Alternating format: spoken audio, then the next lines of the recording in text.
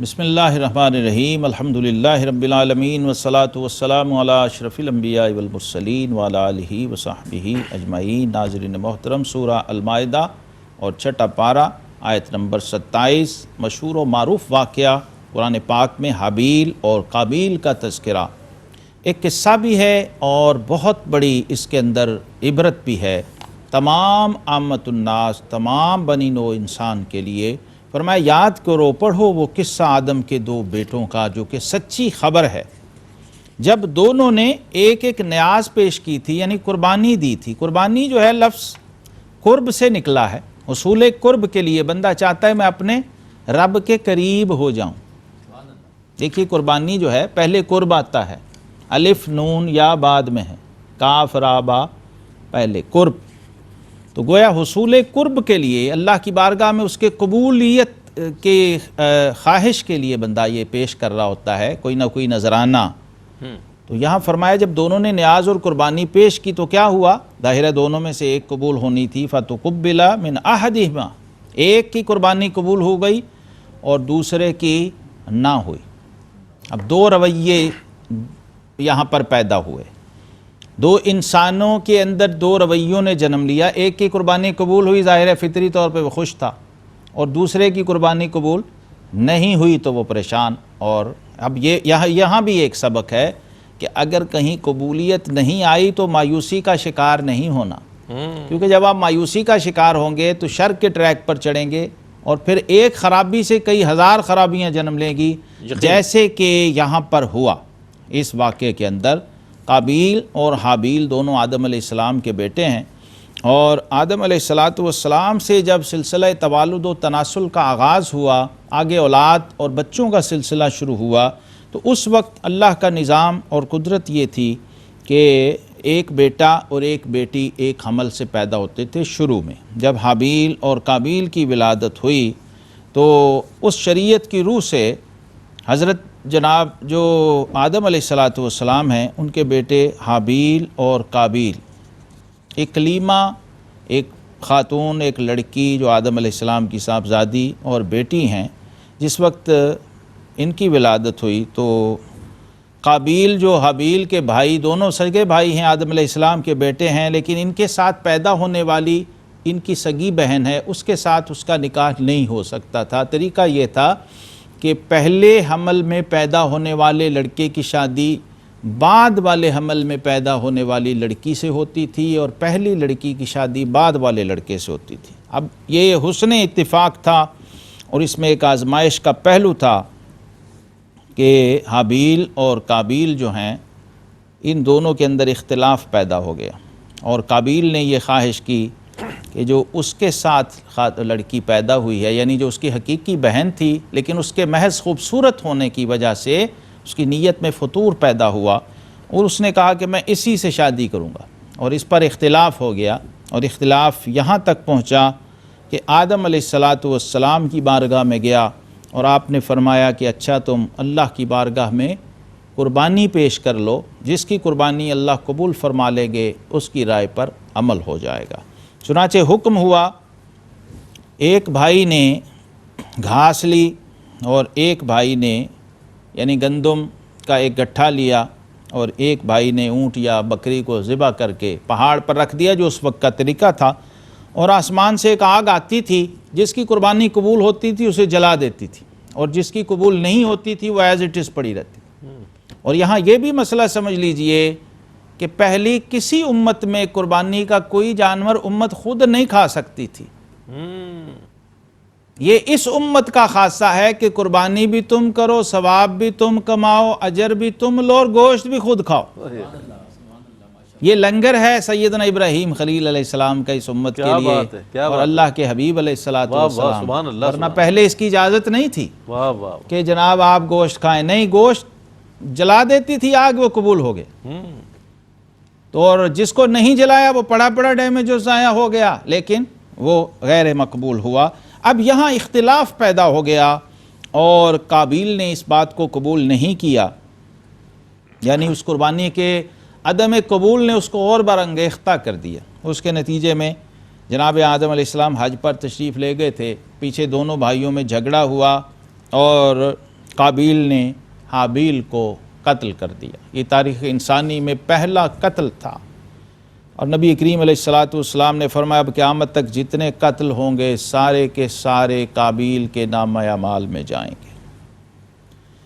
دیکھیے جو برائی کی بنیاد رکھنے والا ہے، جب تک اس برائی اور شر پہ عمل ہوتا رہے گا، وہ ساری برائی کا جمع ہو کر جو خمیازہ ہے وہ اس شروع کرنے والے بانی کے نامہ اعمال میں جائے گا۔ تو یہاں اس واقعے میں بھی بہت سارے عبرت کے سامان ہیں۔ حسد، ضد، اللہ کے احکام کی خلاف ورزی، باہم اخوت و محبت کا نہ ہونا، والد کی نافرمانی، اور پھر والد بھی وہ جو ابو البشر ہیں، سیدنا آدم علیہ السلام، تو قبولیت کیسے ہو سکتی تھی؟ ناظرین محترم، قبولیت کا کوئی قرینہ موجود ہی نہیں تھا، ہر چیز میں وائلیشن تھی، ہر چیز میں ضد تھی، اختلاف تھا، شریعت کو بھی، طریقت کو بھی، معاشرت کو بھی، وزاداری اور اخلاق کو بھی جب پس پش ڈال دیا تو پھر کیا ہوا؟ اب پہلا قتل تھا تو پتہ بھی نہیں تھا انسان مرے گا تو کرنا کیا ہے۔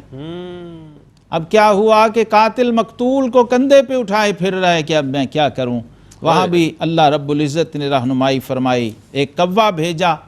اس نے آ کے دوسرے کوے کو مارا اور پھر اس کو پکڑ کے زمین کو کرید کے کھودا اور اس کے اندر دفن کر دیا۔ اس سے قابیل کو پتہ چلا کہ اب میں نے کیا کرنا ہے، اس نے زمین کھودی اور جناب حابیل کو وہاں پر دفن کر دیا۔ اسی طرح آگے قرآن نے اسی کے تسلسل میں فوراً بتایا کہ جس نے کسی جان کو بغیر وجہ کے قتل کر دیا تو فرمایا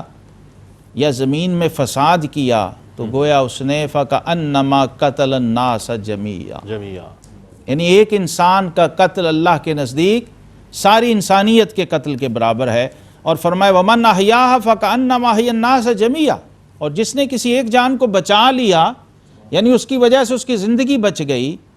تو فرمایا گویا اس نے پوری انسانیت کو بچا لیا۔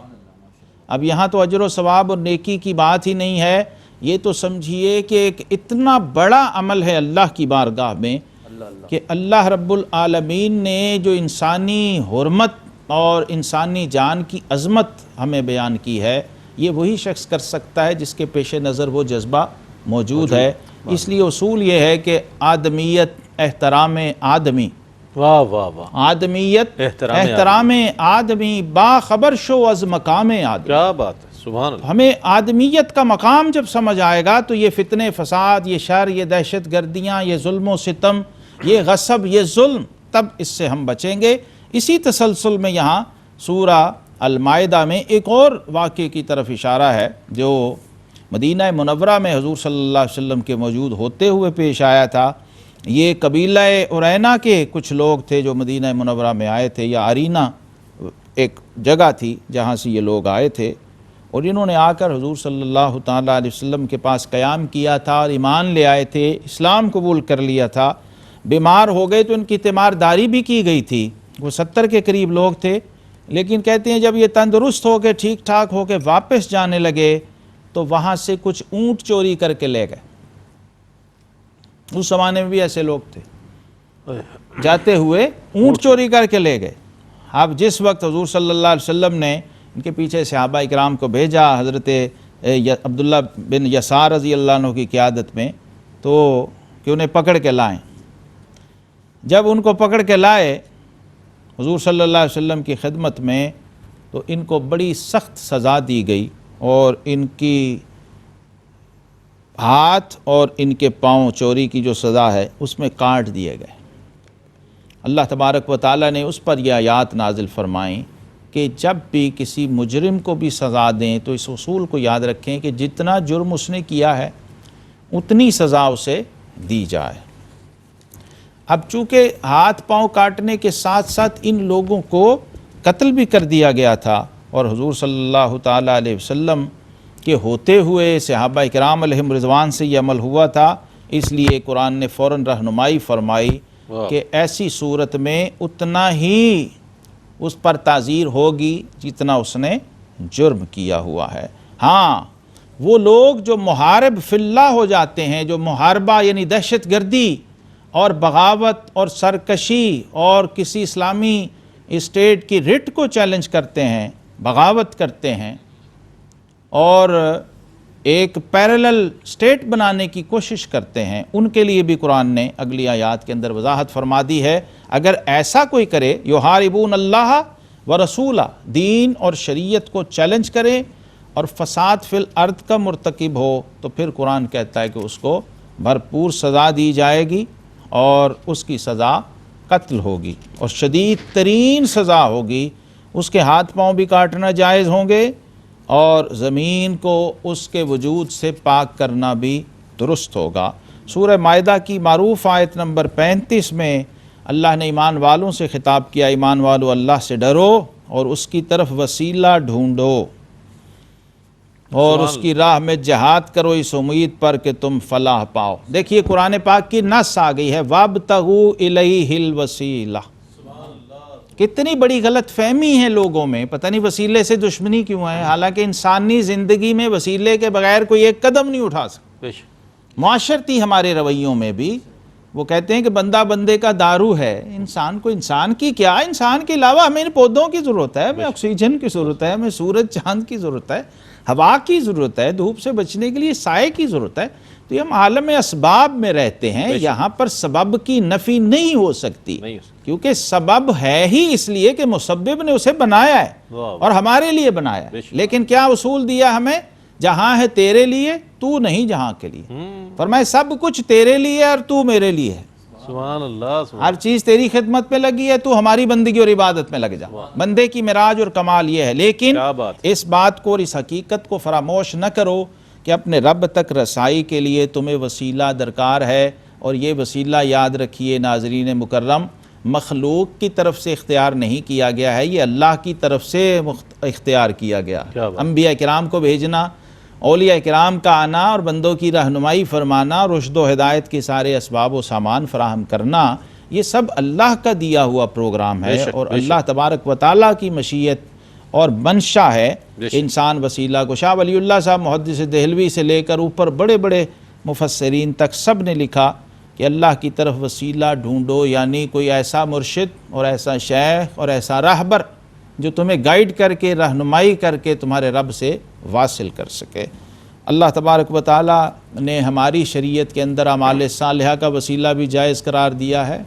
اور اللہ نے اپنے پیارے بندوں کا وسیلہ بھی جائز قرار دیا ہے، ان کی حیات ظاہری میں وسیلہ بنانا بھی جائز قرار دیا ہے، ان کی حیات برزخی میں وسیلہ بنانا بھی جائز قرار دیا۔ یہ سب احادیث صحیحہ سے ثابت ہے۔ سیدنا عمر فاروق رضی اللہ تعالیٰ نے حضرت عباس حضور علیہ السلام کے چچا کا ہاتھ پکڑ کے آسمان کی طرف بلند کر کے کہا تھا، صحیح مسلم میں ہے کہ اے اللہ، ہم تیرے نبی کا وسیلہ بھی پیش کرتے رہتے ہیں اور آج تیرے نبی کے چچا کا وسیلہ پیش کر رہے ہیں، ہمیں بارش عطا فرما۔ کیا بات ہے، سبحان اللہ۔ تو اللہ تبارک و تعالیٰ نے بارش عطا فرمائی۔ گویا یہ، اور پھر وصال کے بعد حضور علیہ السلام کے روضہ مبارک پر، اولیاء اللہ کے مزارات پر، یہ ساری چیزیں معمولات صحابہ میں شامل رہی ہیں، اور اپنے اعمال کو پیش کر کے اچھے صالح اعمال کو اللہ سے مانگنا، یہ بھی مقبول بارگاہ عمل ہے۔ اللہ رب العزت ہمیں قرآنی احکام پر عمل کی توفیق عطا فرمائے۔ وآخر دعوانا ان الحمد للہ رب العالمین۔